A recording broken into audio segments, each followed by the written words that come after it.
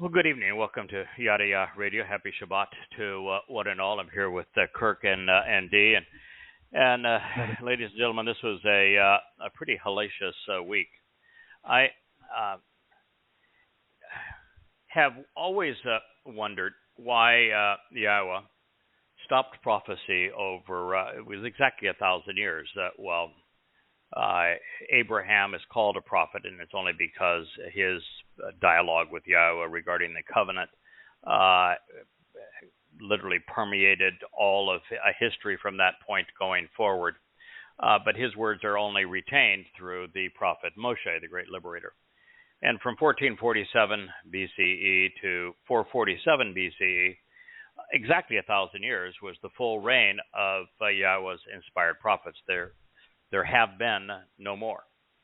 And, you know, I've pondered over the years why God stopped there and why there were not others. And, you know, one thing, of course, strikes me is that it wasn't long after that time that Israel broke into warring factions between the political and religious interests in Israel, and fought the Maccabean Wars and against the Greek occupation, and there were no winners in that. There were only losers, and it's likely that anybody that was actually able to read Hebrew and would have had access to the Torah, it is, I would say the chances are 1 in a billion that any one of those individuals would have been receptive to Yahowah. So, you know, he doesn't force himself through people. He doesn't use them as robots. There would have been no available prophet. And if you look at Dowd arriving to fulfill Pesach, Matzah, Bakurim, and Shabuah in year 4000 Yah, 33 CE, and there is not a single record in a Jewish hand acknowledging that Dowd arrived to do these things. Not one. The only eyewitness accounts are what Dowd wrote, coupled with what Yasha'yah prophesied. So you've got prophecies in Yasha'yah, and you know quite a few other of the prophets. There's prophecies in Malachi and Zechariah and others pertaining to what he did. But most of the prophecies, eyewitness accounts, are in Dowd's own hand.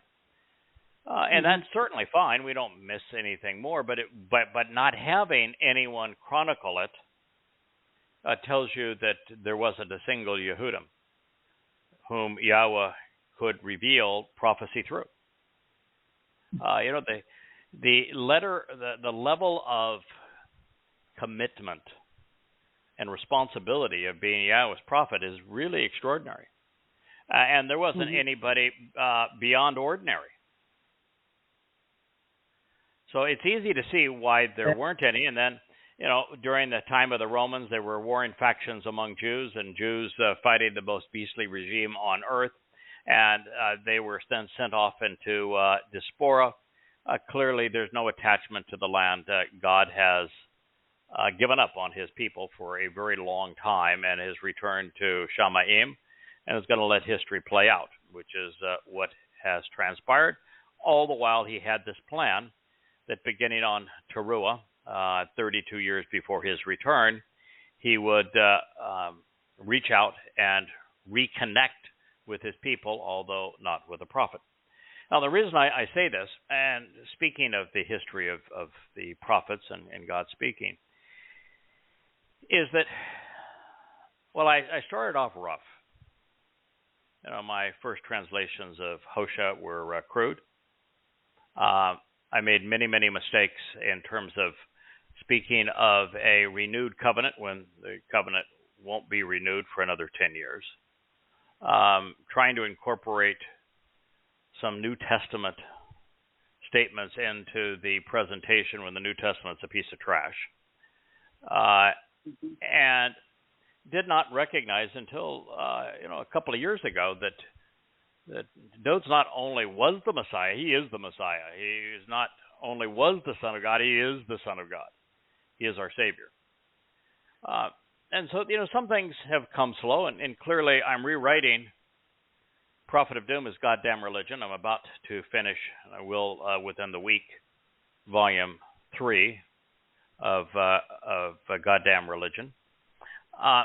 But one of the reasons I'm writing it, not the primary reason I'm writing it, is that I made a lot of mistakes in the first version. And there were minor mistakes as it relates to Islam. The biggest mistakes were related to Christianity.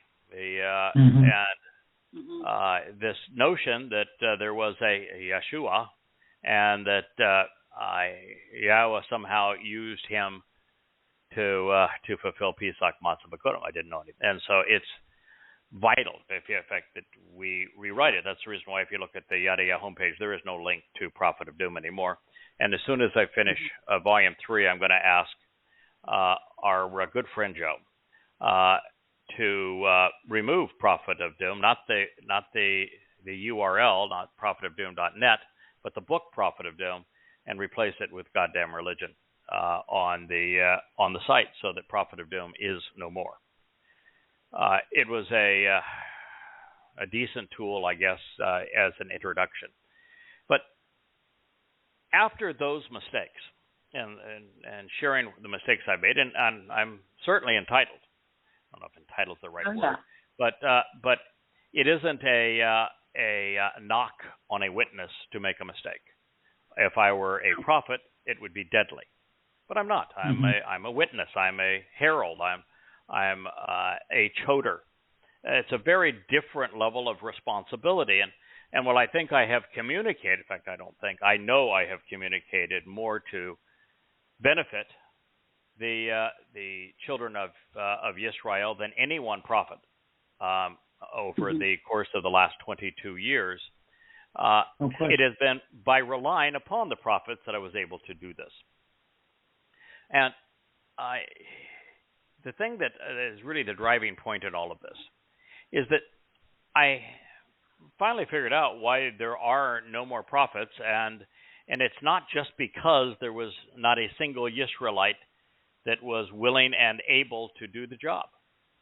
They weren't needed anymore.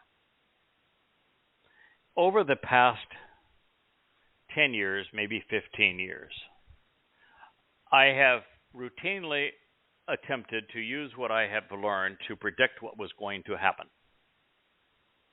And virtually never wrong. And I've made hundreds, maybe thousands of predictions the way things were going to play out. One of the predictions that I made was that the United States was going to be a Trojan horse. That all of this, we're with you, Israel, was like the Greeks offering the gift of the Trojan horse to Troy. And the reason that you're able to predict these things is because Yahweh's prophecy paints such a comprehensive picture of what is going to happen. And man has been so consistently bad over the years that it's really easy to see how the pieces are going to fit together. Now, one of the things I have always been a bit cautious of talking about is how the United States, of all nations, is going to be the great betrayer of Israel in the presentation in Yasha'yah 17 and 18. And yet, that's exactly what Yah says. It's some 30 different descriptive references that describe only one nation, the United States of America. And God is really disgusted with what this nation has done and is doing. And Yahweh doesn't speak of nations, no matter how bad they are, if they're not negatively or positively influencing his people. So this means it had to be that the United States was the most egregious actor in the world relative to the security of Israel. That's terrible. Now, that's hard to explain when the United States is the only country voting in favor of Israel at the United Nations and is supplying Israel with some manner of military support, and where the American people are about 70% in favor of Israel, which is higher than probably most any other nation on earth. So how in the world does the United States fall to such a point that we are considered to be by one who knows a lot about such things, Yahowah, the most menacing country to Israel. And we're witnessing it. Mm-hmm. You know, I shared a month or so ago that the United States was scheming on the notion of either abstaining from the UN Security Council vote or actually proposing that a state of Fakistan be declared. And that not negotiate with Israel, thrown down Israel's throat in a direct reward of terrorism, far worse than what Neville Chamberlain did to start World War II. Because at the time, Hitler had not acted on his threats. He had written Mein Kampf, but had not proceeded to engage to pull it off. In this case, the Muslims that they would be rewarding with the state have acted over and over again to both lie and to kill and maim and terrorize Jews. But that was a pretty strong hint. But I don't think I've ever witnessed anything so blatant by any country. I'm in my 60s. I have never seen anything by any country as blatant as what the United States is doing now to Israel, where the Biden administration, both Biden himself, his pet Jew, Schumer, fellow progressive, and the vice president, too stupid to even be named, are all saying, oh, yeah, we have the backs of Israel. Israel has the right to exist. Our beef is with the Israeli government. The real problem here isn't Hamas, it's Netanyahu. We think Israel needs to have elections now and replace Netanyahu. Netanyahu is the problem. Now, for years, the United States, through its CIA and through the State Department, overturned the governments of nations around the world. Yeah. We assassinated leaders that didn't capitulate to what we wanted. And if we didn't assassinate them, then we gave guns and money to the opposing side. Why do you think we're in the mess in the Ukraine? It's exactly what America did in the Ukraine. And we've done it all around the world. You know, we didn't like Saddam Hussein, even though he was the most anti-fundamentalist Islamic terrorist dictator in the Islamic world. And so what did we replace him with? We went in there, we killed him. Replaced him with a government that is run out of Tehran, that is a Shiite theocracy. Nicely done. We didn't like Muammar Gaddafi, so we killed him. What did we get? A government by Islamic terrorists. This is what we do. We didn't like the government of Vietnam, so we replaced them. We made certain that he was killed. It's what we do. And you need to know, America, that America is scheming to do the same thing in Israel, but this time, unlike any other time, because Jews are held to a different standard, you know. The United States is vocally condemning the only democratically elected government in the entire region. Isn't that amazing? What gives us the right to do so? Yep. Talk about belligerent. And this isn't a Lithuania. Excuse me, Lithuania. It's not Monaco. This isn't Switzerland. This is Israel. Yep. This is the one bastion of hope in a sea that is plagued with Islam. This is God's people and God's country. And we're spitting in his face. Do you know what happens to nations that do this to Israel and Jews? They're destroyed. They're destroyed. Absolutely. And I have said for a long time that I should start with Netanyahu. For many years, I was a Netanyahu fan because Netanyahu is one of the few leaders in the world who would actually stand up to the truth. Occasionally, he would give a speech and say there's no such thing as a Fakistinian. It's all a marketing myth. And he gave that speech at the United Nations. Good for him. And before the U.S. Congress. Good for him. Right thing to do. And he has never backed down from a fight with Islam when Islam was threatening the existence of Israel. And he is the only person now who is saying, no, we're not going to capitulate. Now, to his shame, when asked to take responsibility, he should have come out and immediately and said, the greatest mistake I've made in my life led to this event. For one IDF soldier, Shalat, I released over 1,000 Muslim prisoners. Many of them are the leaders now of Hamas. And that mistake led to this day. So I am responsible. And I will fall on my sword. It is my job now to make certain that Israel is not destroyed. But the day this war is over, I will resign. And we will have the next round of elections. But I'm going to see it through because this is going to be a tough battle. Yeah. Now, he didn't do that, unfortunately. And Gant looks distinguished. He's a big, tall, handsome guy. Was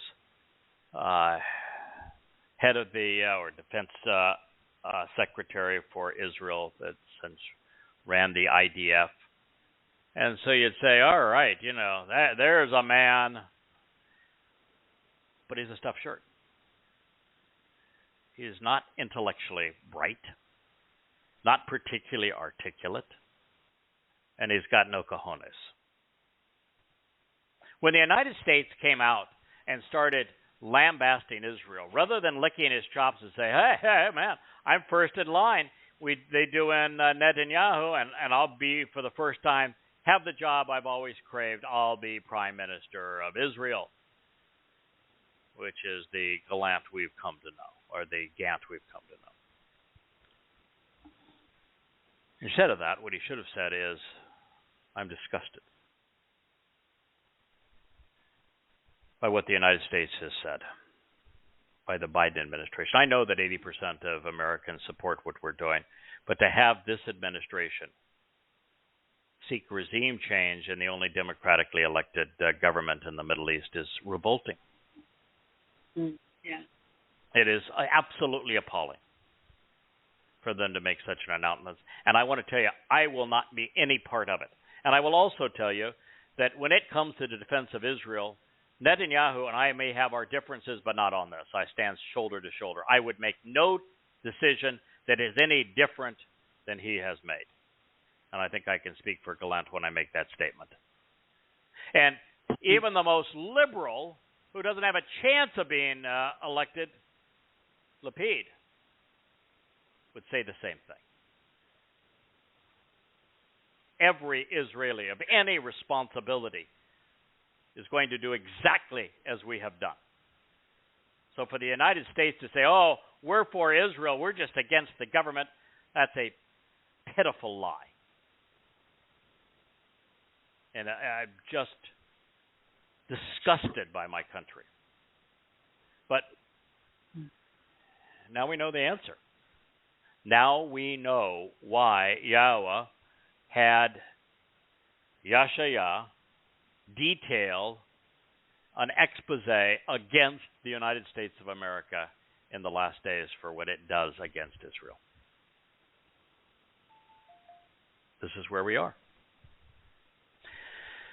And so that's the first thing I wanted to bring to your attention. I have a few other items in the news. It was an interesting speech. Brigadier General Dan Goldfuss, I don't know how many of you saw that, but he, in front of a bunch of tanks and other things, had some microphones. It looks like Channel 13 was the principal provider, and with a gun strapped at his side and his full army fatigues, he told the politicians of Israel, you better be worthy of us. And, as a soldier defending his soldiers for what they have endured, good for him. As a man who is in a democratic, freely elected nation where the military reports to the government, shame on him. This is not what we do. And if you're going to make remarks like that, then make them meaningful. Don't just talk about unity. And his deal was, before the war, we were at each other's throats over judicial reform. Well, that problem's not going away if they don't pursue judicial reform. Israel doesn't have a constitution. The Supreme Court in Israel, the High Court, is more powerful than any elected official, and it's almost resolutely progressive. They have no checks and balances. Israel can't survive that way. Israel either has to have a Bill of Rights or a constitution, or it has to limit the power of their Supreme Court, and they have to come up with a way that elected officials choose who participates on that panel. That's just a fact. And to say, we can't beat each other's throat, we have to be unified, so there's no more of that, then what's the answer? They say that the IDF heads are exceedingly progressive. That may be true. Maybe that's why Israel got ransacked and surprised by the Muslims. Because even though progressives still have decent IQs, they can't think. Maybe this is the problem. It's true. Yeah. Progressives can't think. It's just a statement of fact. They spew out unfounded opinions, and that's all they've got. They are more religious than the most zealot of fundamentalist religions, and almost everything they stand for is wrong. So anyway, I wanted to bring him to your attention because it was an interesting statement that he had to make.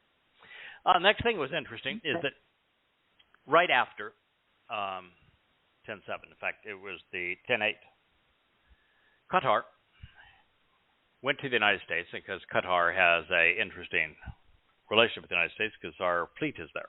And the reason that the U.S. fleet is at Qatar is because we built the base in Saudi Arabia, but Saudi Arabia decided it didn't want us anymore. So after spending $5 billion, we had to move. And so we're in Qatar. And Qatar said, this thing with Hamas is really not working out very well for us. We just as soon exile them. The United States said, nope, not going to do that. Keep them right there. Because there we have access to them and can negotiate with them. So if you want to know why Hamas is protected in Qatar, these mass murderers of Jews who are being bribed by tens of millions, hundreds of millions of dollars of American and European United Nations money, it's because of the Biden administration. This is Bilkin. On the positive side, a survey was taken this past week in Israel, and Israelis now have almost no faith in their government. Only 23% of Jews in Israel trust the government.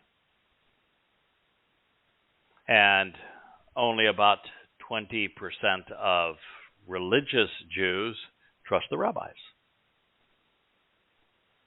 Isn't that interesting? So that means that there's 20% of Jews that trust the government, and there's 20% that trust the rabbis. I don't know if that's collectively 40 or if they're double counting. But that means somewhere between 60 and 80% of Jews are now at least potentially open to Yahowah and the message of Yada Yahowah. Yeah. I say that because until a person, and this would include Yehudim, there aren't two paths to God but one. Until a Yisraelite or Yehudim does what Abraham and Moshe did, which is to walk away from religion and politics, they are not welcome in the covenant. There's no way to approach God, no way to even know God, no way to engage in a relationship with God. There's no means of salvation. So with 80% of Israelis no longer trusting their government, then at least with those who are not religious among that remaining 80%, there's hope. This is exactly what had to happen for Yada Yahowah to resonate in Israel. Yes. There is a weeping and gnashing of teeth around the world about poor starving Gazians. And I've said before, I really don't care. The Gazians were overwhelmingly supportive of Hamas. They're fundamentalist Muslims.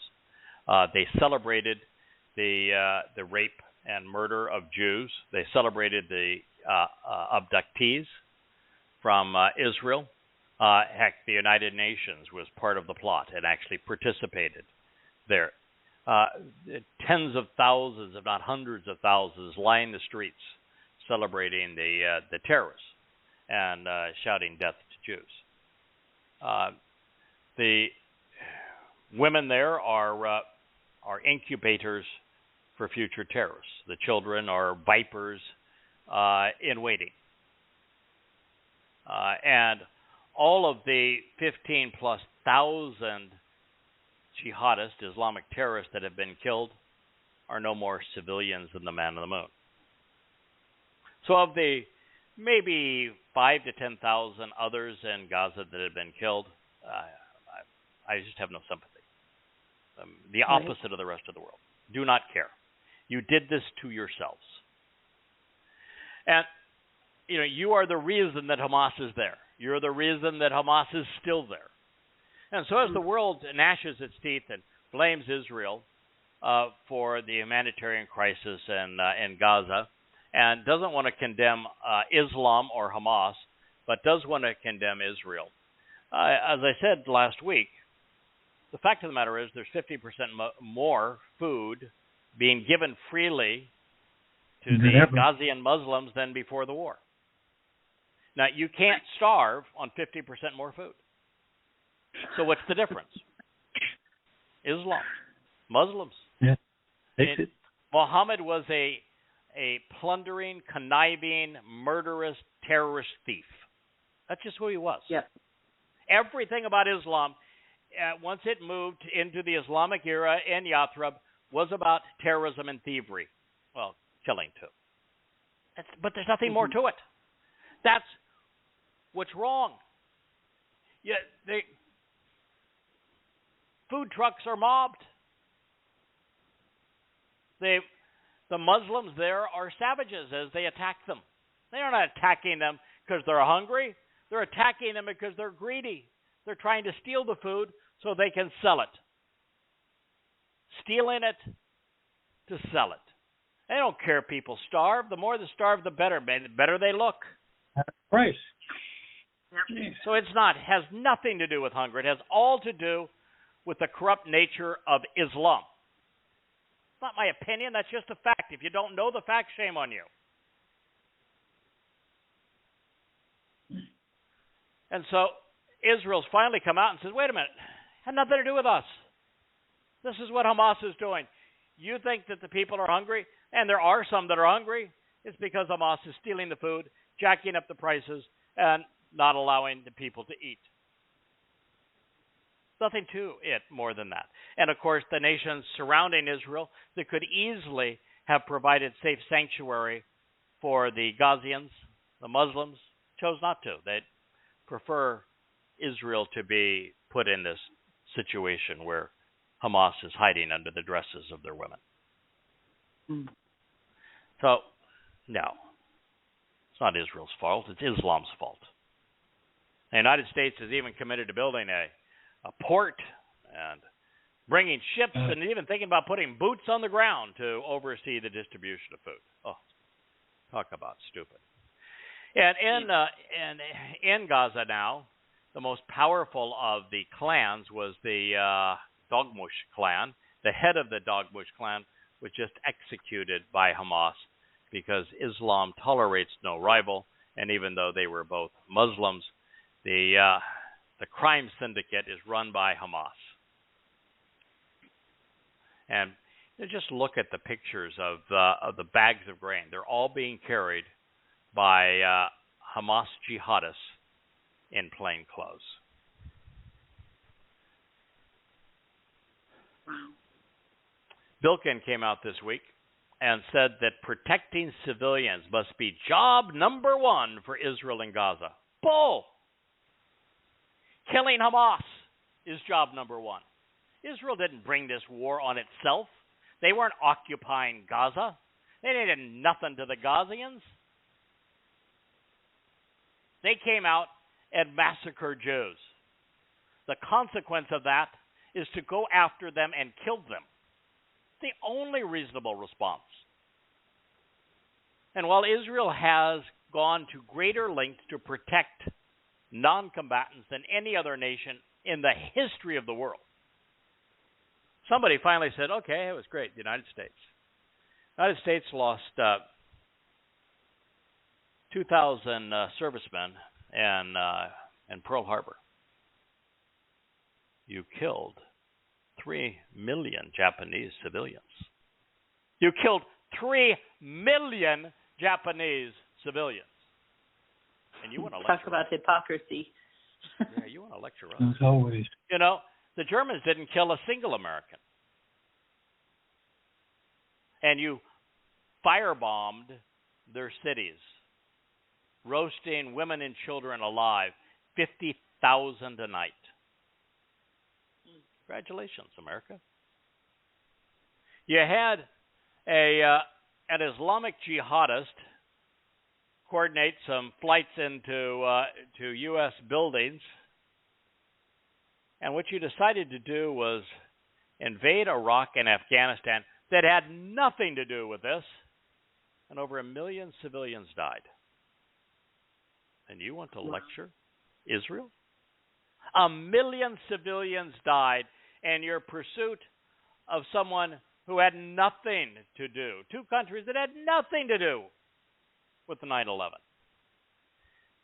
Since that time, particularly under the Obamanation, the United States started using drones to kill anybody that the president wanted dead.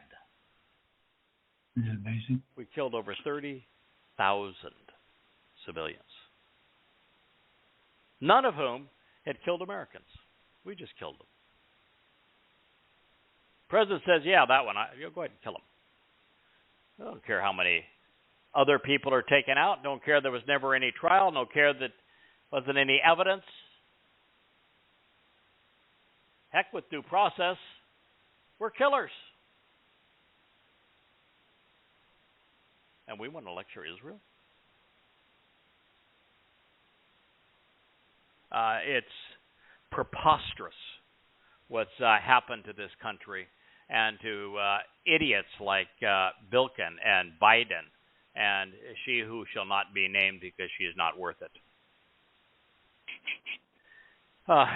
Netanyahu made a speech to IPAC and said, the United States and the world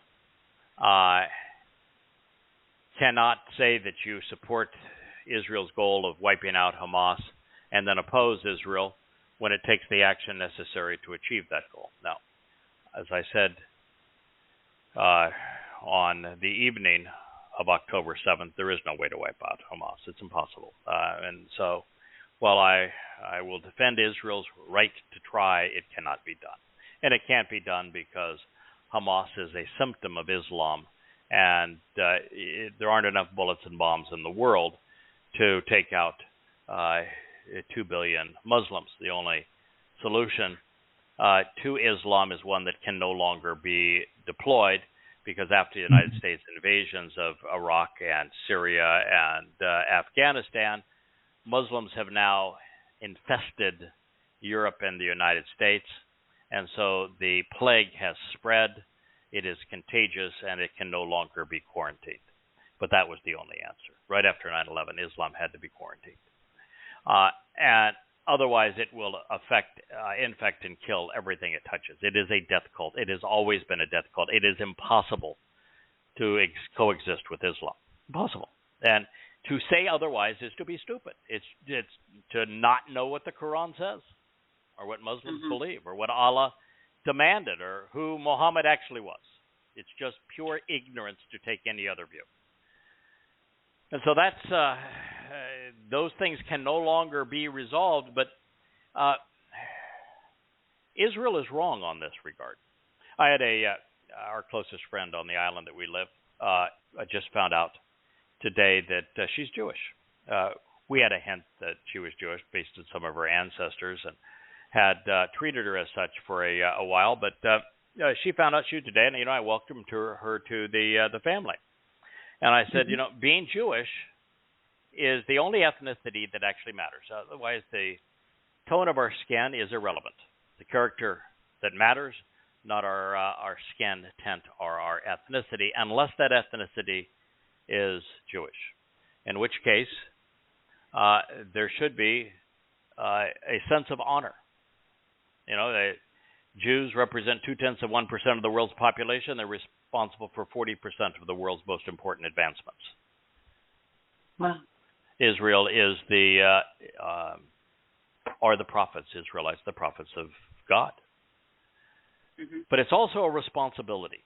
And so Netanyahu is wrong about bellyaching that no one is held to the same standard that Jews are held. Well, that part's true. But he thinks it's wrong. I think it's right. I think Jews should be held to a different standard. They're God's people. That was the whole intent all along, was to hold them to a different standard. And when they wake up and understand who God is, then they'll understand why they've been called to hold up a different standard. On its overall attack on Netanyahu, the same time that the comatose Biden administration announced that Netanyahu was the real problem, they need to have elections, we need regime change in Israel. Then the U.S. intelligence report, of course, it's not signed, and of course, it's nothing but a political hack job against Israel, came out and says, Netanyahu's survival as prime minister is in danger. I don't think that was coordinated. What is wrong with journalists today? This was in the Jerusalem Post, breaking news, and the progressives at the Jerusalem Post aren't smart enough to say, well, wasn't that convenient? Now, every prime minister in a parliamentary system is always in danger. The whole nature of parliamentary systems are, gobbledygook politics. And, he's at the head of a coalition that has Haredim, for God's sake. Well, not for God's sake. God hates them. And so... Forsaken. Yeah. So, of course, he's 80% of Israelis want the Haredim to have to serve in the IDF. Now, can you imagine? I mean, those spindly arms, useless idiots that don't know anything, don't even study math. They speak Yiddish, so they're not even conversant in either English or Hebrew. Mm-hmm. They don't know how to use the internet. They barely know how to use a cell phone. They don't read newspapers. They're not current on any world events. They can't be around a woman or they go berserk. And the IDF is as co-ed as any institution in the world. True. They're opposed to fighting. They're good at spitting, but they don't fight. What good are they? I mean, it's like a parasite. They're a parasite on Israel. They'd be a parasite on the IDF. I think that the government paying them to study their Torah is an absolute disgrace, because their Torah is not Yahweh's Torah. It's their Torah. Right. But so this is one of the most amazingly stupid things I think I've ever seen in Israel. But the head, I think he's the Sephardic rabbi. He's the guy that dresses in his really fancy gold brocade and blue robe with a fancy hat. Oh yeah. He is one ugly son of a bitch. And he got up and said that I just hate this man. Given the opportunity, I will fry his butt. You can be sure. As a matter of fact, since so there are some perks of this job, I can assure you that Bilkin and Biden have bought their ticket to Sheol. And so has this fellow. He says that the ultra-Orthodox will leave Israel if forced into the army. No, they won't. Well, they won't. They can't earn a living. No one wants them. Yeah. There's no asylum for I'm a coward. There's no asylum for I won't defend my country. And there's no asylum for parasites. Well, I guess there are. Look at the Muslims in Europe. But no, they're being paid to do nothing but procreate, so they have more political power. And he says that he went on to say the only reason the IDF is winning is because of their relationship with the Almighty and their Torah study. And if they weren't studying their Torah, which is the Talmud, and weren't buddy-buddy with Hashem, the IDF would be losing. So 80% of Israel just went nuts. Pinned this a-hole's ears back to the wall. But he's a parasite on the state. The state pays him.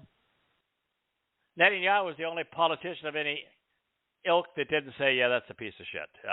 Yeah, he ought not say that. I'm going to fire him since he's the ward of the state, and we're going to stop enriching yeshiva students. That was the last straw. But he can't do that because then his coalition crumbles. But that's how far Israel has fallen. Next article, this is just sharpening the criticism. Biden says Netanyahu is hurting Israel more than helping Israel. What a piece of trash. Next article, of course, Palestinians prepare for Ramadan as Gaza teeters on brink of famine, getting 50% more food given to them than before the war, where they lived better than Jews in Tel Aviv. Erdogan says that Turkey firmly backs the terror group Hamas, and they compare Netanyahu to Hitler. Islam does strange things to men's minds, corrodes them way to the point that they can't think. She, whose name should not be mentioned because she is not worthy, says, don't conflate Jews with the Israeli government. We're going to separate the Israeli government from Jews because, well, Jews have a right to survive, every bit as right to survive as the Palestinians. They both have an equal right to survive. And so it's the Israeli government that's causing the problem, not Islam, not Hamas. Sick. UNRWA, the United Nations agencies that actually had terrorists that raped and robbed and kidnapped and murdered Jews on October 7th. Not just 10,000 of them that blew up their social media accounts celebrating the death and mutilation and rape of Jews, but a score of them that actually participated. UNRWA says, oh, that's not fair to us because some agency employees admitted Hamas ties only under Israeli coercion. It's the Jews' fault, not ours. There's pictures of them doing this. Their cell phones. They're texting back home. I am a sex slave. My buddy, who's also a UNRWA teacher, just killed a Jew. Boy, that was fun. We robbed the home. I'm coming home with a pocket full of shekels. Oh, but no. They admitted that they had ties under coercion. What the hell is wrong with us? And yet, nobody amongst the Israeli media, the world media, has the chutzpah to say, no, that's ridiculous. Here's the truth. A report out of Switzerland that says anti-Semitism in Switzerland has tripled since Hamas invaded Israel, but even then, the Times of Israel doesn't word it that way, has tripled since the Hamas-Israel conflict. It's like the Jewish-Arab wars. What's wrong with people? Muslims attacked Israel. Israel sought to defend itself. They're not equal. Hamas attacked Israel. Israel is defending itself, fighting for its survival. There's not a Hamas-Israel conflict. There's something seriously wrong with Islam.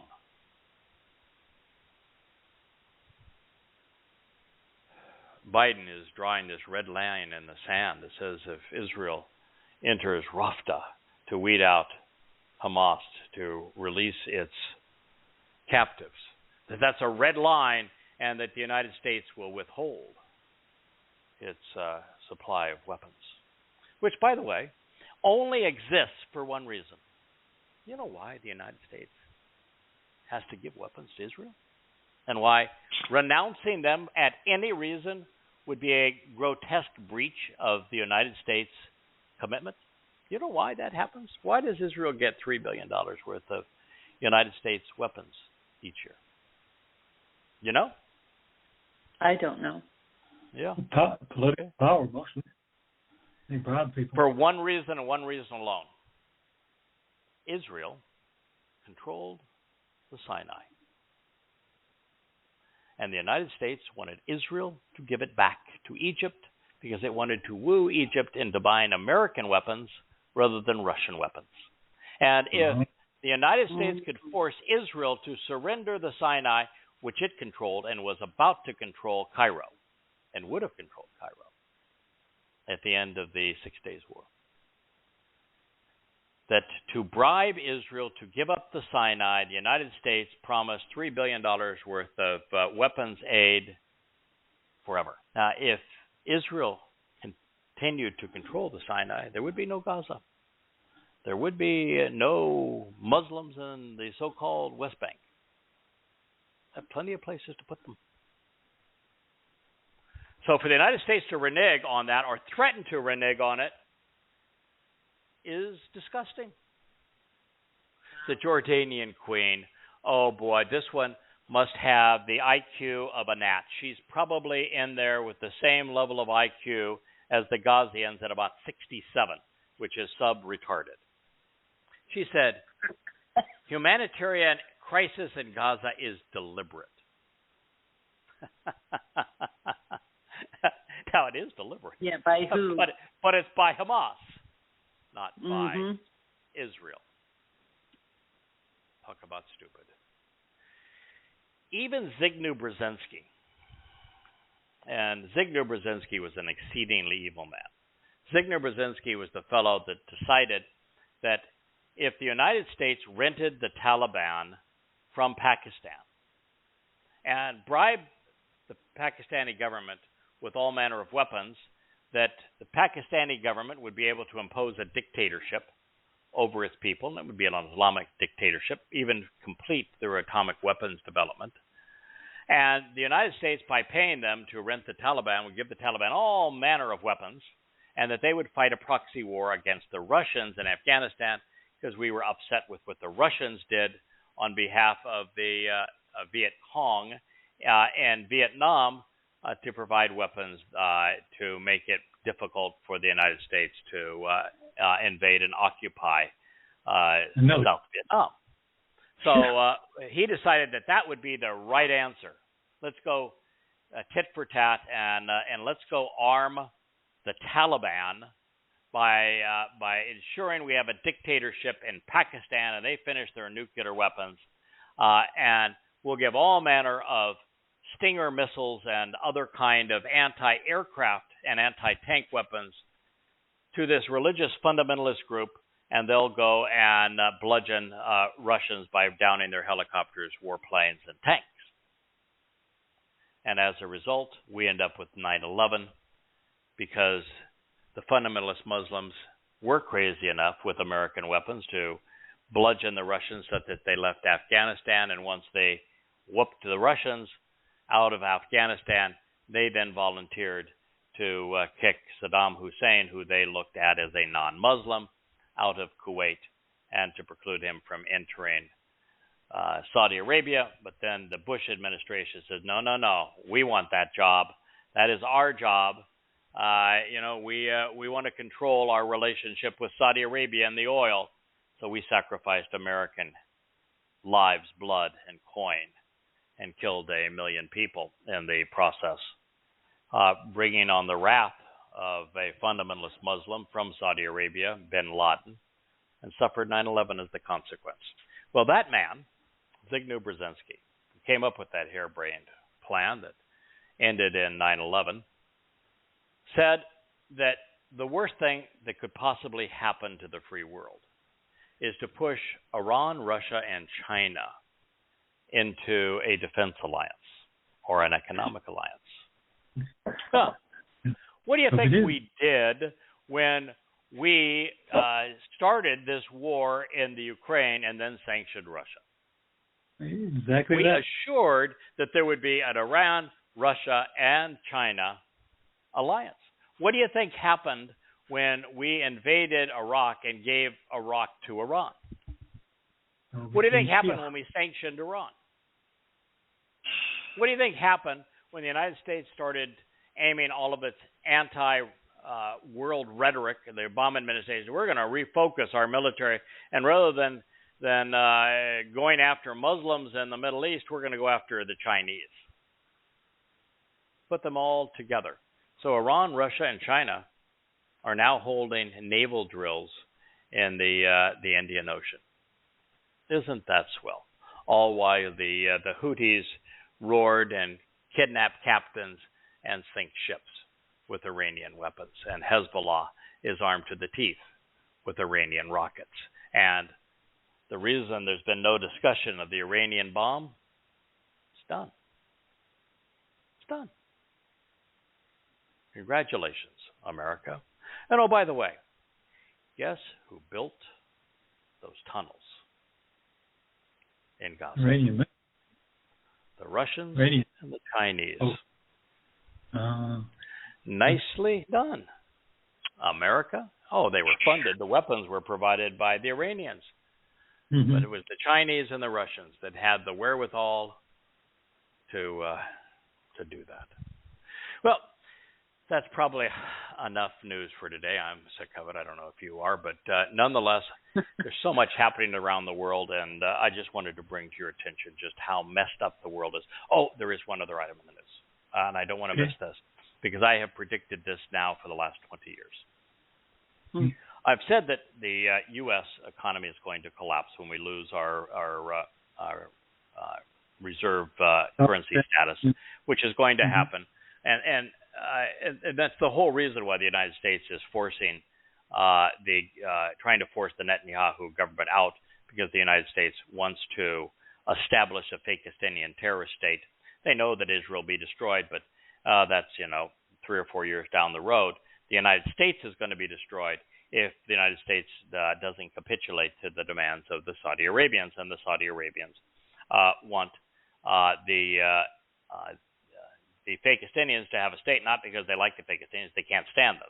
They've exported all Fakistinians out of Saudi Arabia. They've all been expelled out of Kuwait. They don't fund them anymore. They're disgusted by them. But they want a threat to Israel, and the best way to threaten Israel is to have a Fakistinian state.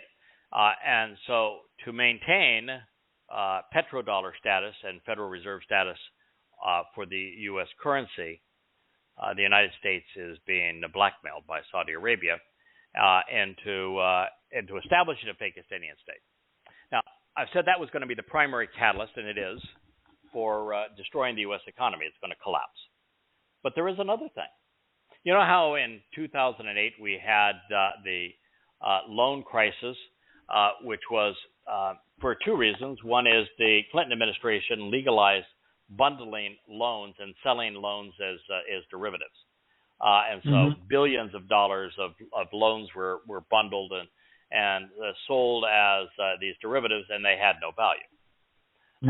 And the reason they had no value is because for years the U.S. had come up with this illusion. If you want to believe in the economy and have people believe in fiat currency, which is actually a debt instrument. The best way to do them is to have them buy into that economy, and the way to really get their attention is with a home loan. And so they allowed people to buy a home with negative 5% cash down. Yeah. Rather than putting 20% down, which has always had been the minimum. You could get a loan for 105% of the assessed value of the home, so that you'd have money to make your first payments, and then they were all based on adjustable rates. So when the United States went into this mode of quantitative easing and creating the illusion of selling our treasury bills, and thereby inflating the currency, so the currency had less and less value. The only way you can resolve that is to charge higher and higher interest rates. Interest rates began to go up. The people who had these homes couldn't pay them. The loans were all non-recourse. The easiest thing for them to do was welch on the loans. As that started, that was an avalanche, and with the avalanche, prices fell further, and then none of the loans had any value. That's just what happened. Mm-hmm. So I mention it because there is another economic bubble, and this time it is office buildings. In places like New York, there are entire skyscrapers that have zero occupancy. Yeah.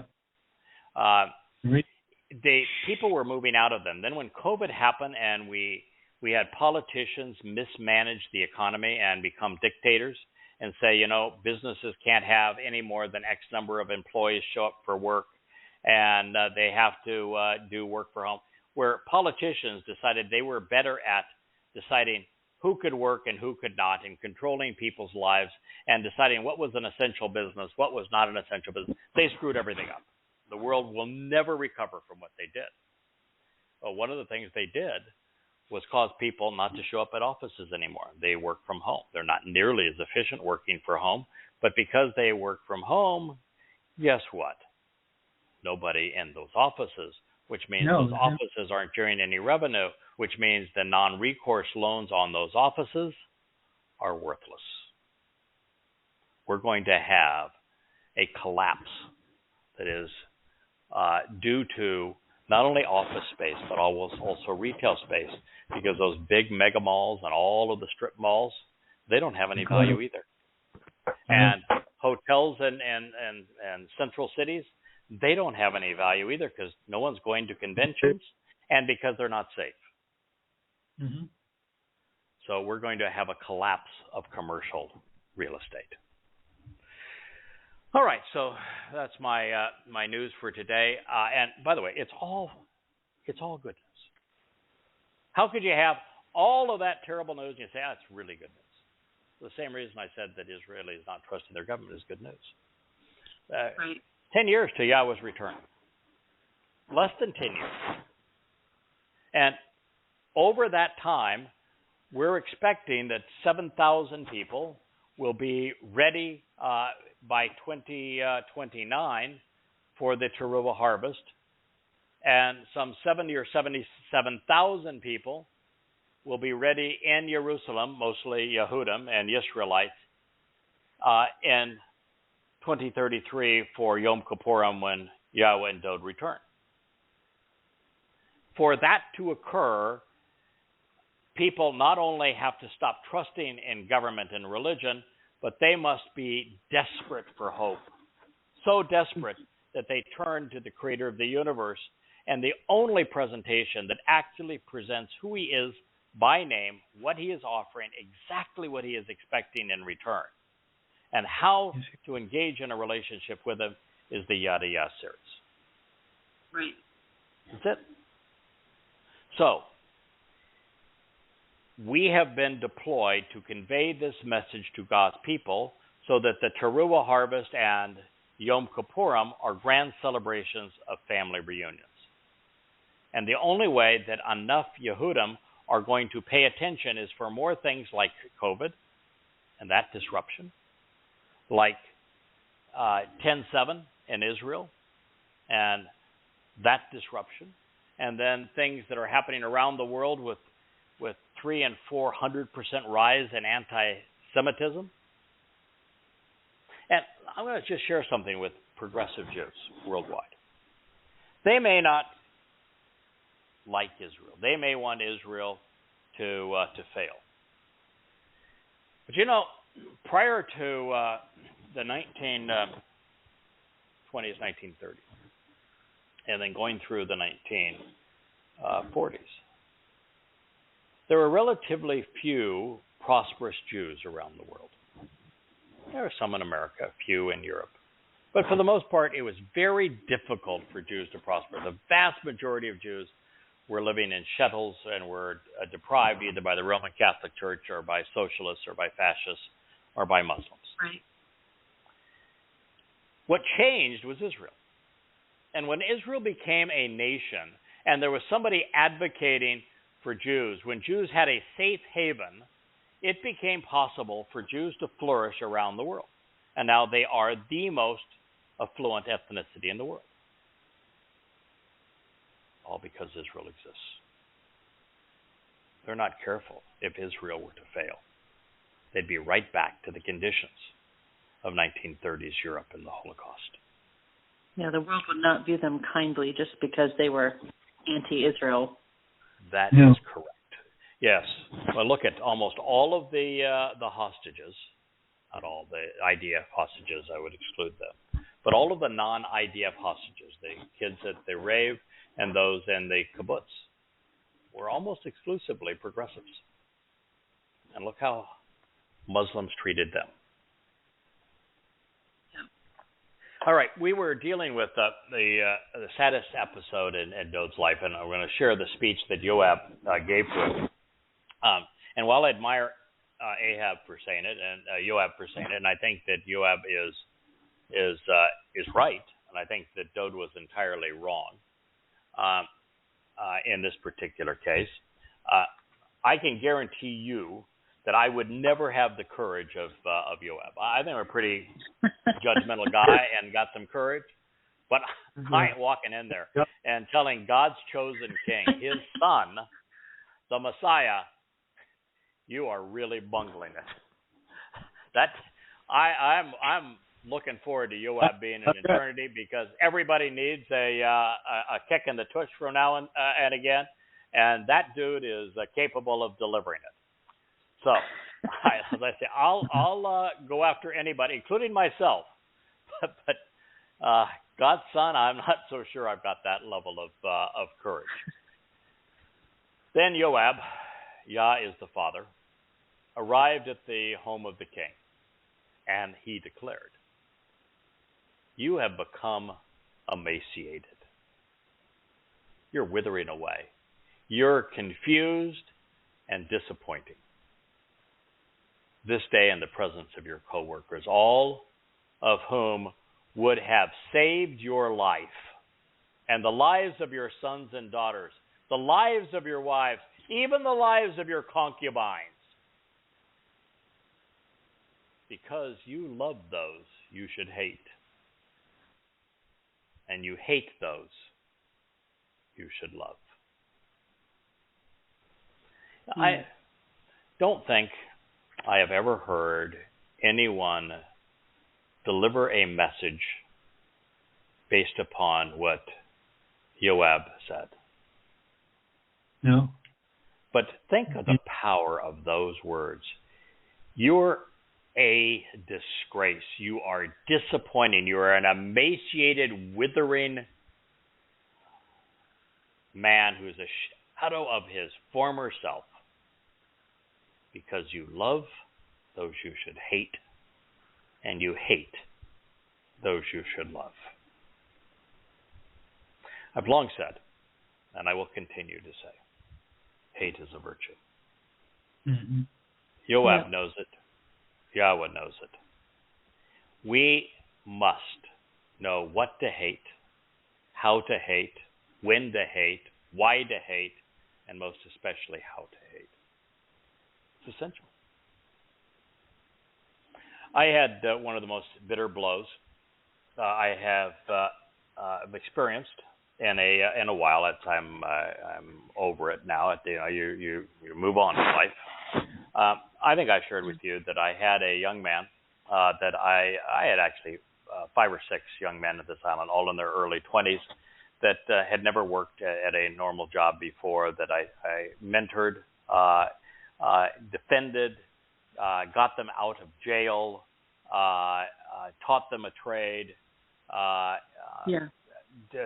shared, there were family in my home. We shared meals together, hundreds and hundreds and hundreds of hours of my life invested in these young men. The one that was closest to me, his name was Elvis. And this young man I bought a truck for. I hired the best attorney in the world to keep him from serving 30 years behind prison, which would have been the minimum sentence. I got his best friend out of jail, hired his best friend, wrote the judge to get him released from house arrest, so that I had the chance to mentor the both of them. Well, this young man stopped showing up one day, and in November, towards the end, his car broke down. I gave him my truck for like 3 months. I never drove my own car. He drove it. He didn't even have a license, so think of the risk that I was putting myself through. And I noticed that his mind was no longer on the job. His attitude shifted, but I said, everybody goes through this. I even put him up in one of our closest friends' condos, so he had a 2-bedroom condo with an ocean view to get him out of the project. Nice. Did everything that you could imagine for this young man. Won the case with the judge based on the affidavits that I had written and the attorney that I had hired for him.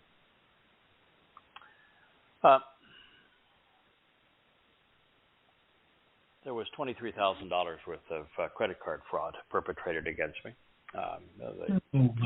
Citibank will hold me harmless, likely on the most of it, but I'm not sure they'll hold me harmless on all of it. Not my fault, but nonetheless, this is what happened, and it was all local merchants, so I knew the merchants had to be complicit. And so I filed a police report. I do want to prosecute charges, and this last week I was asked to come down to the police station, meet with the detective who had a video. They wanted to show me of the person that was that they knew was fraudulently using my credit card. The card not present. They took a picture of my card and used the numbers. It was Elvis. Mm-hmm. This man I had done so much for. It was devastating. I cried right there in the office. I'm not a very emotional guy. Mm-hmm. I cried in front of the police. It was devastating. I'm sorry to hear that. I came back home, and one of the gentlemen that is a very close friend of mine on the island, he's an artist. He's doing some projects here in the house. We call it Gilding the Lily. And he says, now that you know that, I have something you're not going to want to hear. But I need to tell you this.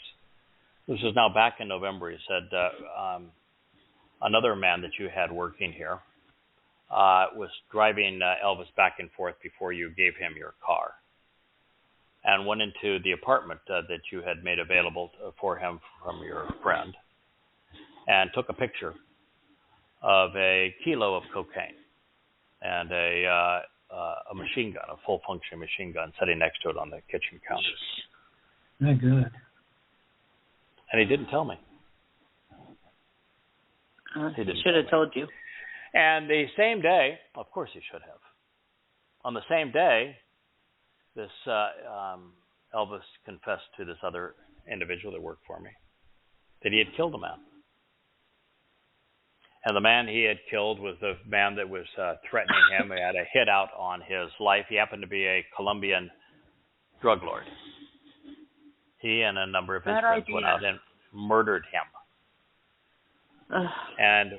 And when my friend questioned him, I said, how could you do that? That's a pretty immoral thing to do. And he said, well, it's the way we do things around here. He was threatening me, so we took him out. And I have slept just fine over it. He didn't tell me until, 3 months later. Almost 4 months later. And I said, listen, we're friends. I'm not going to hold this against you, but I want you to know how horrible a thing you did. Yeah. By not telling me. My family was subjected to a murderer and a thief And you said nothing. He said, but I know you like the kid. I know that, you wouldn't want to hear it. So you cowered. He said, well, I didn't want to get involved. What happens if I have to testify and he comes after me? I said, what is wrong with you? Where's your character? Where's your morality? Where's your backbone? I thought you were a man. Back in my day, you expected men to stand up to things like this. Today, I would say that it's equal responsibility for women to stand up in the same way too. A man is just stronger, and they have a little better way to defend themselves. But nonetheless, for sure. I said, what's wrong with you?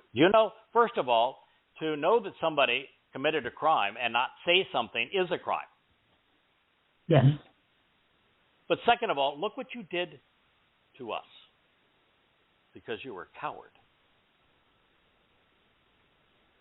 Now, I was exceedingly disappointed.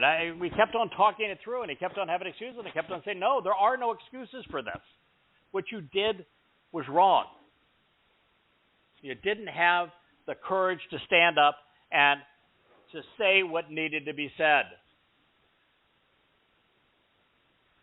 Now, I'm sure, and my wife, she went in and talked to him because, listen, we're still great friends. I care deeply about this individual, and I am going to overlook what he did. I'm just saying this, and I didn't mention his name. I'm just saying this just as an example to compare to Joab.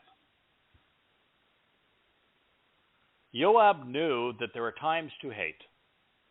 The moment I saw that man, a young man, buying gaudy gold chains that he actually wore in my presence with my credit card, I knew that the person I thought I was helping didn't actually exist. And so, while I may want to have carried on and pretended like I had some affection for this person that actually didn't exist, now I knew that the real person was a creep, a murderer, the drug lord. Yeah. And so I, just instantly, I went from like to extreme dislike. Mm-hmm. Instantly. And this is Joab. Joab had the courage, he had the character to do what Moshe had done long ago when he saw the Egyptians beating a Hebrew. He risked his life to intervene. This is what the world needs. This is what we're doing when we expose and condemn Islam and tell you the truth about it. This is what the world needs. This is what we accomplish when we stand up on behalf of Israel and against Islam and progressives, even the United States. This is what the world needs. It needs people who are judgmental, who have morals, who will throw their morals all over the room. It's the right thing to do. Joab did the right thing. He said, you love those you should hate. We ought to hate the religion of Islam and everyone who is a good Muslim because they're deadly. Yes. And this is a toxin without a cure. No way to resolve this toxin. It has to be quarantined. And then the religion itself has to be exterminated. Yahweh is going to do that. Dod's going to do that. But between now and then, just think of all the harm that has been done by coddling them and protecting them. It's disgusting. Mm-hmm. Joab was right. There aren't many Joabs in the world today. Mm-hmm. And in fact, I would say, rather than there aren't many, there are none. I'm a pretty stand-up guy. I'm not in his league. It's just the fact is, he is the best I've ever seen. No. Moshe is the best I've ever seen at this. Yeah. But Joab's darn good. Yeah, there's a lot of Yahweh's prophets. Yasha'yah, who we're going to meet before too long. Yasha'yah was a real stand-up guy, right in the face of the king, the queen, and all of the religious establishment. He said, you're going to die. You're anti-Yahweh. You're a shame. You're a disgrace. And you're going to die. And I'm going to embarrass you before you die. That's pretty stand-up. It's inspiring. All right. So there have been some. Caleb. This is another one of them. Oh, yeah. Told everybody in Israel, what the hell is wrong with you? We've been brought all the way here. We've been freed from slavery. We've been offered this land, and you want to cower because, well, there's some communities in that land that scare you, and you don't want to go in, and now you want a bellyache? What the hell's wrong with you? Yeah, Caleb's a pretty stand-up guy. But the world needs to know that we need to hate not only rape and rapists and pedophiles and pedophilia and mass murder and mass murderers, but we ought to despise the religions and political schemes that encourage these things. And the world's been against Jews, and we should embrace them. The world has been against Yahweh, and we should love him. Instead, you have implied this day that you don't have leaders or co-workers. I realize that if Absalom had lived and all the rest of us had died this day, then it would not have been seen by you as pleasing. It would have been seen by you as pleasing and correct. Mm-hmm. Wow. So right now, stand up. Go out and speak from the heart to your coworkers. Because I promise by Yahweh, if you do not go forth, if you remain obstinate and immobilized as an individual, if you cower, this night will be worse for you than all of the evil that has befallen you from your youth to now. Wow. Samuel, listen to God. 2 Samuel 19, 6 and 7. One of the greatest speeches ever. History of the world right there.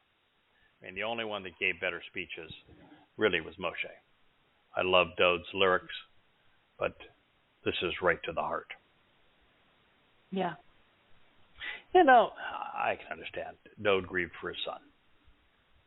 And for the father to hold him accountable for what he had done. And just as our father stood up for us, Dode would take a stand on behalf of Absalom. Yes, he was guilty of sin, but so is everyone else. Chag, Matzah, and Kappurim are designed to redeem and reconcile. It is all true.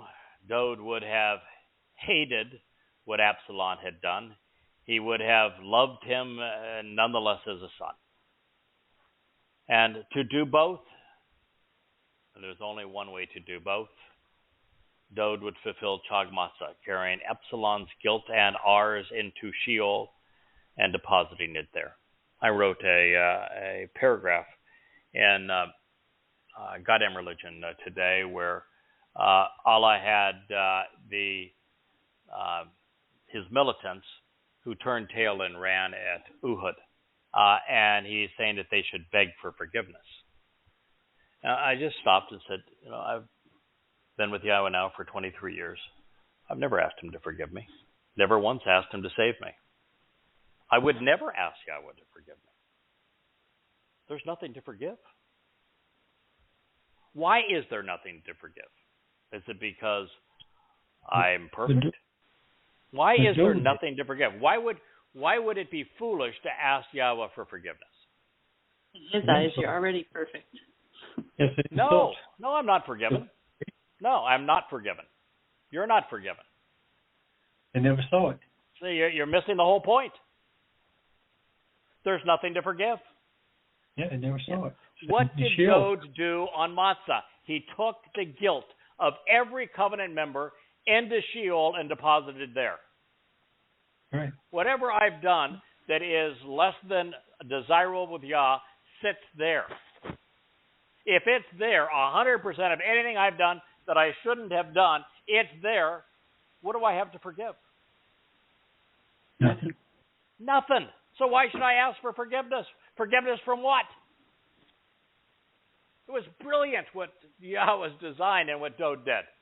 We have nothing to forgive. Why would I ask Yahweh to save me? Save me from what? So it's one of the real mistakes that people make, this whole salvation notion. There is no salvation. There is no forgiveness. You're either right with God and your guilt has been removed, so you're perfect in His eyes. Yahweh loved Dode, and yet he did this dopey stuff. Why? Because whatever Dode did that was inappropriate was hauled off by him to Sheol, deposited there, never to be seen again. A marvelous solution. Indeed. So now from this view, we can see the perspective that was intended and be enriched by Yoab's affirmation that it's ungodly for any of us to love what we should hate or hate what we should love, and recognize just how prophetic of Dode's resolution he would be. So let's consider this next line of the Mizmor. This is the first line of Mizmor 3:1, and I'm sorry for getting so wound up before we even got to the Mizmor, but you can see there are things in my life that really trip my trigger, and Yoab's speech happens to be one of those things. It's like when we read what Moshe did in Egypt, in Mitzrayim, and how the Jews turned on him and for saving a man's life that was being bludgeoned. Men of character, women of character, Deborah, for example, Sarah being a woman of character. Men and women of character are so rare that when you have the opportunity to witness something that they have done, we should just all celebrate. It's a great, great life lesson. Right. Yahweh. Yeah, what is the extent and why the increasing number of my adversaries and troubles? Happens to be tsar. A great many rise up against me. Now, tsar is T-S-A-R, Tazde, Rosh, is a exceptionally important concept for us at this moment in time. There is no tribulation, but there is a time of Jacob's troubles. Jacob is a synonym for Yisra'el. So it is the time of Israel's troubles. Troubles is from tsar. When you want to see tsar in action, look at Mitzrayim. Mitzrayim is the plural of tsar with a mem in front of it to say, ponder the implications of adversarial, unfortunate situations where people are confined and narrowed in by her foes in a hostile opposition. It is a crucible of oppression. And so tsar is the term that Yahweh has used to talk about this last 10 years that Israel is enduring. It began on October 7th, 2023. It will end on October 7th, 2033. We have entered the time of Israel's troubles. It is tsar. And it means adversarial, unfavorable. It means to be confined, to be narrowed. It means to be mistreated by foes who are in hostile opposition. Islam is tsar of Israel and Jews. Progressives are tsar of Israel and Jews. If the United Nations were to take a vote between Islam and Israel, the vote would be 175 to 1 with some 20 nations abstaining. That's how bad it is. It is emblematic of Dode's situation circa 1000 BCE, as it is symbolic of the opposition to Dode today. Yes, his son, Absalom, got way too big for his tunic, and he was up to no good. Sure, prior to this, Shaul was jealous of Dode and sought to kill him. But really, how bad could it have been since he married Shaul's daughter? And he was best friends with Shaul's son. Played music for Shaul. Had the opportunity to kill him and didn't. Well, both Shaul and Absalom beguiled many to their side. It would be a stretch to say that the vast majority of the people were mutinous. It's just not true. Moreover, Dode was beloved by Israelites for having the courage and ability to expose and condemn, then kill Goliath. He was so charismatic, he could sing the sandals off the onerous foe.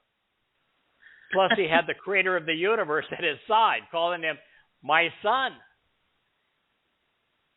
He was no match for anyone on earth. Therefore, this is using one life to foreshadow another. It speaks of a much greater foe, of another Shaul, of the one who would turn countless billions against everything Dode stood for and that he had accomplished. It addressed Dode's personal anguish when fulfilling Chag Matzah and the riotous conditions that he will suppress during the time of Jacob's troubles when he returns. This is the adversary behind the great majority, the established, the honored, and exalted foe who will seek to relegate the kingdom of Dode to a bygone place and people. The preponderance of people are saying of my soul, there is no salvation for him or through him with God. Pause and consider this. Oh, yeah? Well, that's, by the way, what Shaul, who became Paul, wrote in Galatians. He said, hey, none of these promises can pertain to Dode, whom he called David, because he's dead and buried. He's not returning. He's not going to solve anything. He can't be the Savior. He's dead. He's buried. What Paul wrote. He can't save you. It must be my mythical misnomer. Iusus Christus, who is your Savior. I got news for you. Dode is questioning this because at this point, he knows what he's going to do. And so he is saying, can you imagine that, God? The preponderance of people are saying of my soul, the soul that's going to return twice more, the soul that's going to save Israel, the soul that is going to save every covenant member, the only soul that is going to save anyone eternally. My soul. That it can't save anyone, even accompanied by God. Wrong doesn't get any more wrong than that. Because of Paul's massive contribution to the Christian New Testament, this is what most people would say today of the likes of Dode, whom they would call David, and those who are like him who are Torah observant, that there is no salvation for him or through him. And they would be wrong, completely missing the point and the purpose of the Torah. The 5 terms and conditions of the covenant, coupled with the 7 invitations to be called out and to be welcomed by God, facilitate the salvation of those, and I shouldn't even use that word, facilitate the approach of those into God's family who accept the first and answer the second. Yeah, when you really get down to it, and I don't think I want to rewrite the books over this, we're not being saved. Yeah. We're being perfected. Pesach exists to make us immortal. Matzah exists to perfect us. So if you're perfect, how can you be saved? And yet, what Dowd did is to Yatsa us, and rather than the secondary definition of Yasha, which means to deliver, is the primary definition, Dowd actually delivered us, freed us, liberated us from our guilt. And that's a better definition of the word. What's interesting to me is this is what he's saying that other people are saying about him. And it's Correct. really interesting to put that in the frame of your perspective, because this is like you're saying, it's wrong multiple ways what they're saying about Dowd. Correct. And Dowd knows it.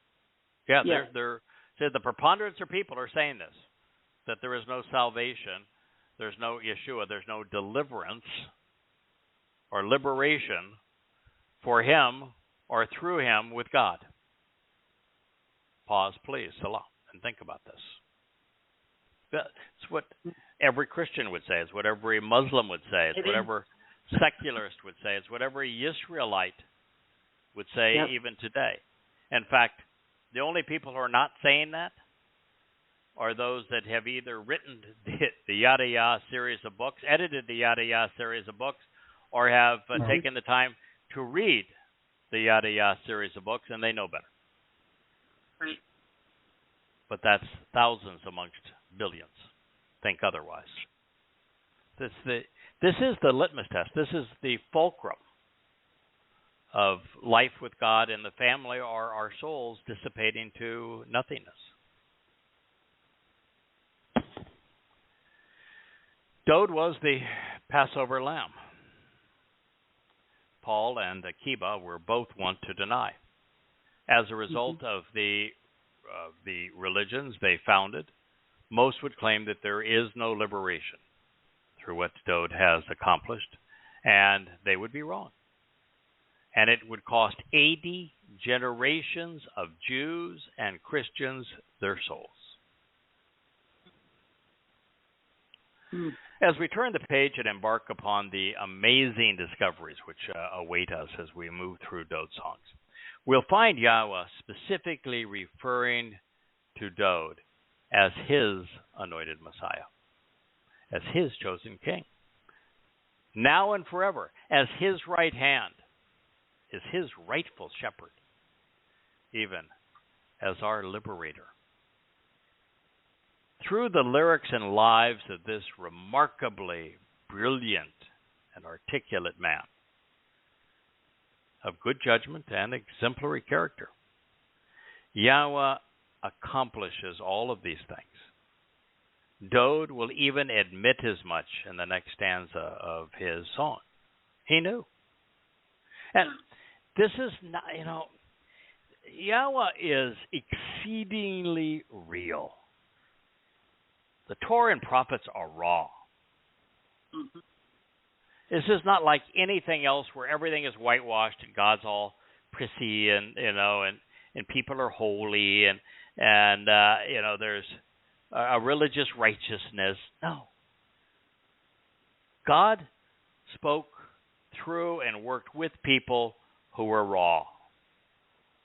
All of them.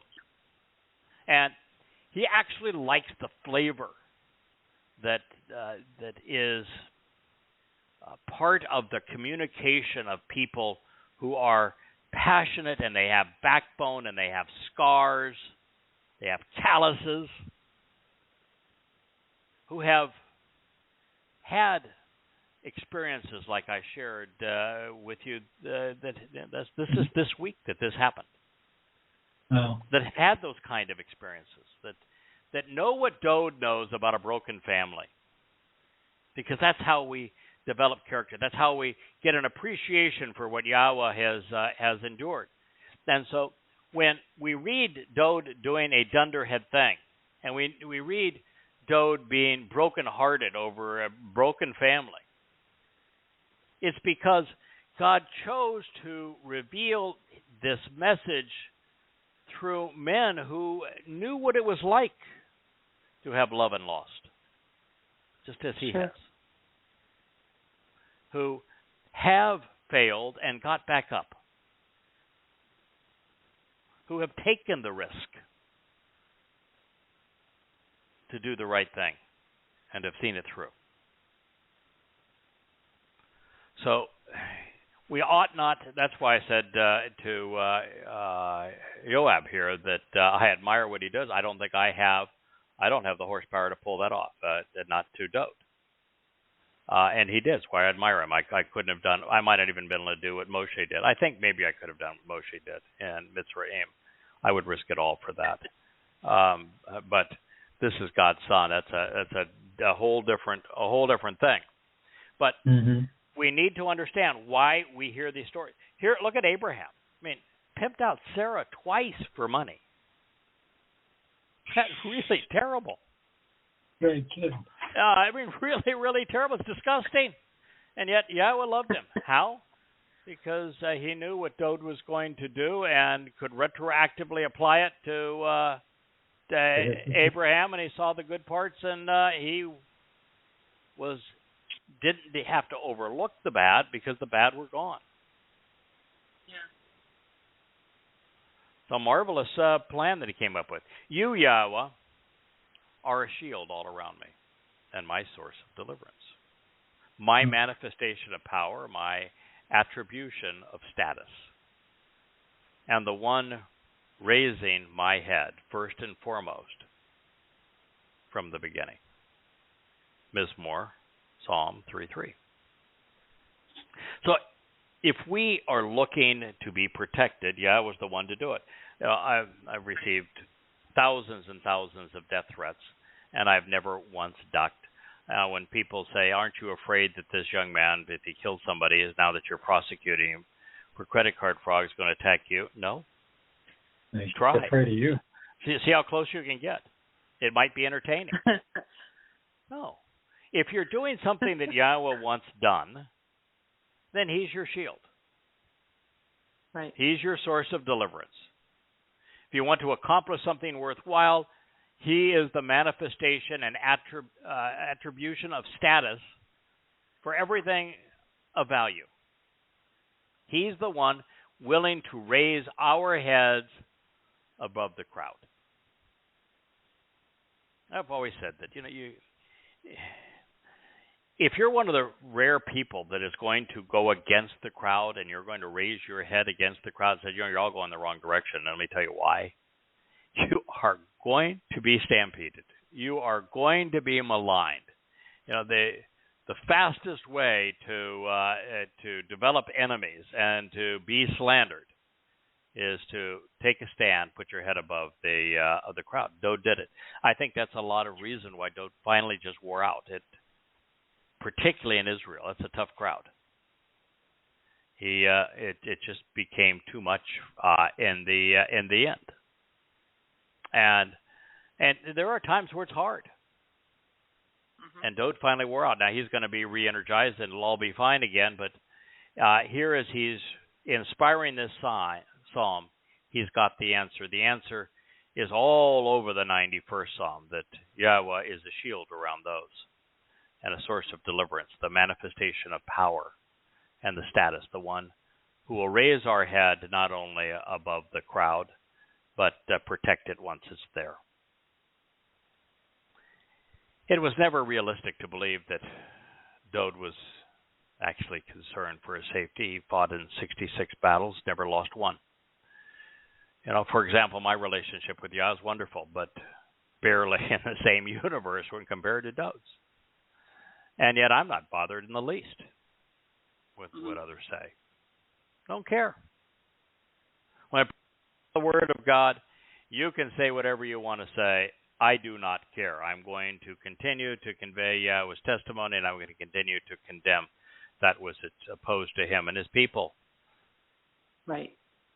So I know something of this, having received countless death threats from Muslims for having the courage and the sense to reveal the truth about Muhammad, the Quran, and Allah, doing so publicly on 5,000 to 10,000 radio interviews, all under my own name, and yet I haven't lost so much as a minute's sleep over any of it. Not even a minute. And I'm far less important to God by comparison to his beloved and anointed king of Israel. But God takes care of those, take care of his people.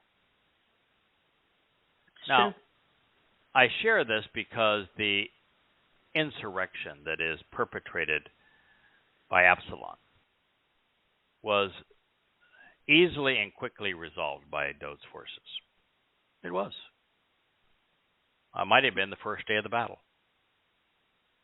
And it was only the ensuing sacrifice to save his son's soul that would be cause for celebration and grief. So, Dode held greater status with Yah and probably all the rest of us combined. Sure. He would have had no reason to duck, causing us to realize that this reference to raising his head from the beginning, attributing great power and status to him, delivering him and delivering through him, speaks of something special, of something that will soon happen, something that has happened as well. Yahweh delivered Dode's nephesh from Sheol following the fulfillment of Matzah. Then during Bikurim, Dode became Bakor, firstborn. His status was raised from king to liberator, following the footsteps of Moshe. He became the first and foremost among men. And speaking of unique, what follows has the invitation in Dode's voice and the answer in God's, rather than the other way around. I communicated audibly, calling out and summoning Yahweh, and he answered me from his set-apart mountain. Pause and consider this.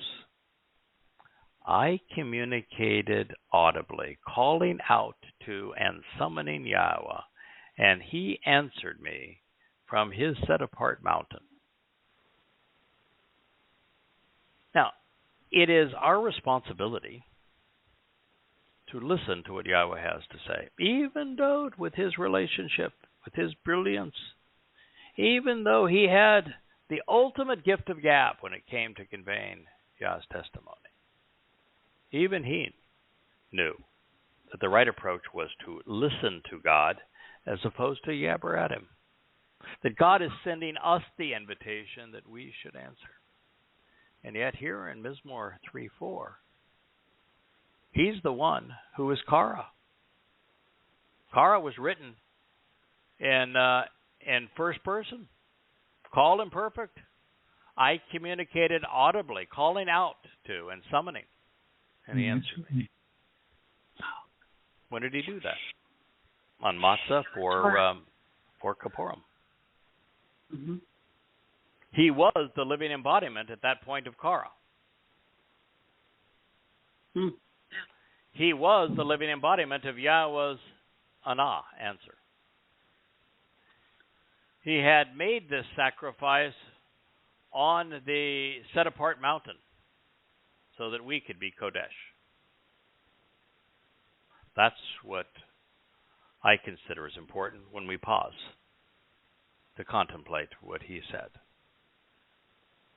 So Dode knew where to turn his ear to listen to God, but he also knew that there was a time to summon God. Further, his summons was answered because long before Dode called out to Yahweh on this day, he had listened to his Torah. He had engaged in the Bereth.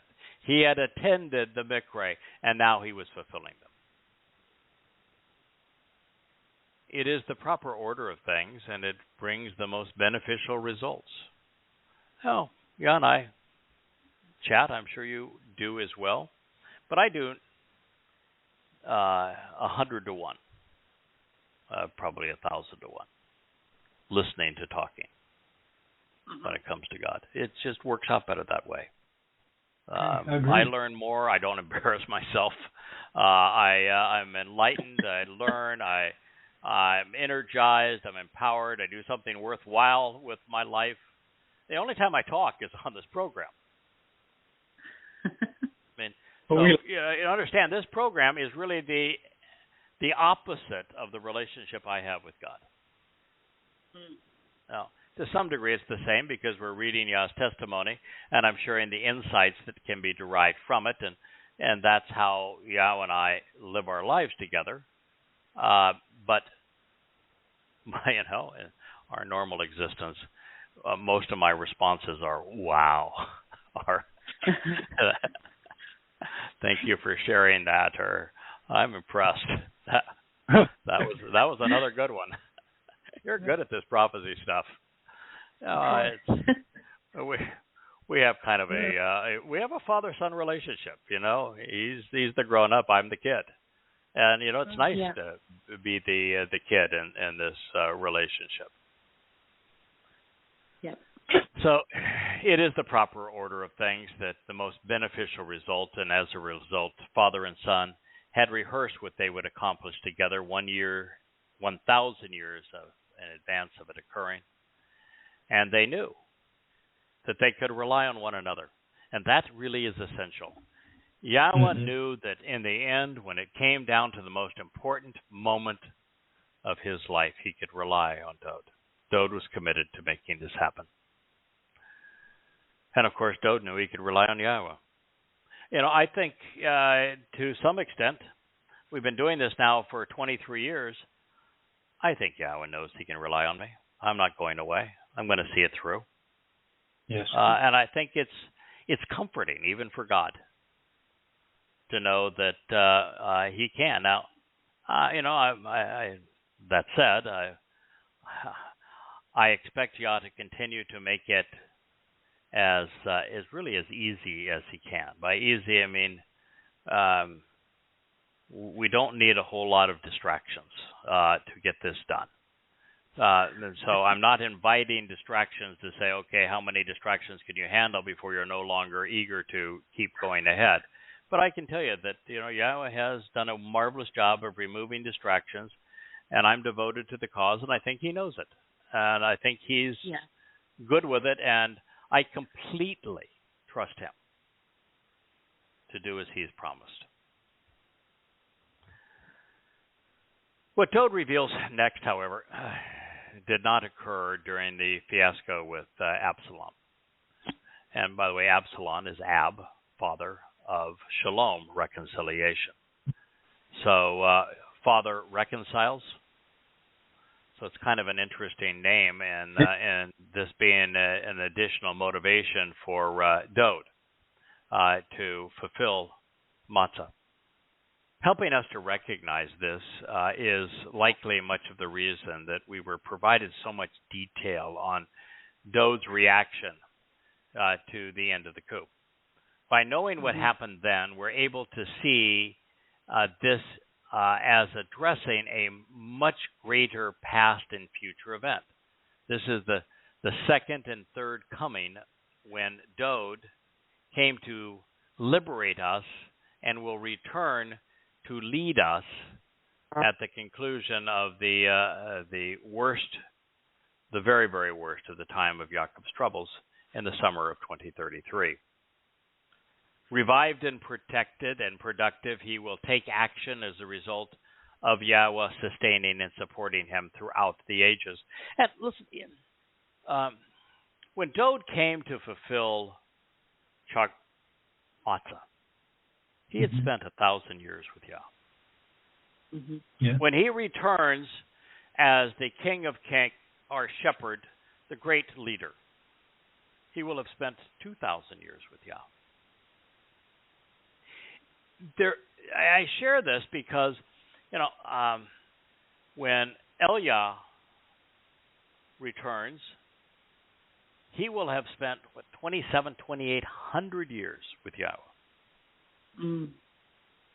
I have spent the last 23 years with Yahweh, but not in the spiritual realm, not as a seven-dimensional being that can embrace so much of who Yah is. I mean, it's just what we can know in 3.5 dimensions versus what we can experience and know in 7 dimensions are very different things. And so, our physical power to produce, to perform, to be effective as a spiritual being is infinitely beyond what we can do as a mortal physical being. So when Dode returns as a spiritual being that can take physical form when he so chooses, it's just like Elia. I mean, it's going to be so energized. And it's one of the reasons why I asked you. I said, I'll do it however you want to do this, but I'd really like to have that 6 months between the Towrah harvest and returning on Pesach in 2030 in Shamayim. If there be more help here, I'll stay here. But can you imagine how energizing that would be? So when Dode returns, we should expect a Dode as brilliant as the sun. It is his... at this point, we can only imagine what 15 minutes would be like in Yah's presence. I mean, if Yah were to walk up and it's a spiritual realm, but tangibly we think in the material realm, put his hand on our shoulder and look us in the eye and smile. You know what that would do to our confidence, our courage, our capacity to do the right thing? I mean, that's what Dode is going to have gone through. And by that time, he will have spent 3,000 years with Yahweh. Right. So, revived and productive, he's going to take action as a result of Yahweh sustaining and supporting him throughout the ages. If not, what reason would Dode have for telling us in the midst of the third Mizmor Psalm that he did the same thing we all do almost every night? He fell asleep and he woke up refreshed and productive the next morning. Well, it was quite a night. I relaxed. I stretched out and reclined, laying down to rest, and I fell asleep. I slept. I will awaken, revived and productive, passing through the summer and the heat of the moment. I am to be roused, feeling alive and refreshed, taking action and bearing fruit, because Yahweh sustains and supports me, upholds me, steadfastly focusing upon me such that I can lean on him for whatever is necessary. As the famous line from the movie says, "I'm back." That is, Dode is revealing. He fell asleep 3,000 years ago, but was awakened to serve his people 1,000 years later, and most especially during the fulfillment of Bokurim. And 10 years from now, this vision of coming home in 2023, as I wrote it, we're going to witness the third coming. And I think that's exciting. And he is going to be sustained and supported by Yahweh. He's going to be awakened, revived, and productive. It's going to be extraordinary to see. The Dode that we witness and that we get to enjoy is going to be the best of what we see and hear in his words and lives, an infinite fold. And we are going to be infinitely greater than we are as well. That's a good place to start. We are within 2 minutes of Blog Tech Readiness telling us good night. So I thank you for listening. I'm sorry for taking so much time on the news, but we haven't spent a lot of time on the news here recently, and there's a lot going on with Israel, and we want God's people to know how important these events are. And please go to YadaYah.com. All the books there are free, and then follow the link to Amazon, particularly if you live in Israel, and buy the first 2 volumes of Goddamn Religion, buy the first 6 or 7 volumes of Yada Yahowah, buy the first 2 volumes of Coming Home. Please read them. I'm not going to make a dime on these things. I'm not telling you for any reason other than this is life and death. This is for your survival. This is to be part of God's family. Do it for yourself. Do it for those you love. Do it for the God of Yisra'el. Do it for Dod, your king. I'm looking forward to meeting you there. May God bless you all. Have a wonderful Shabbat. And good night. Good night. Night, guys. Night, D. Yeah, good night, D.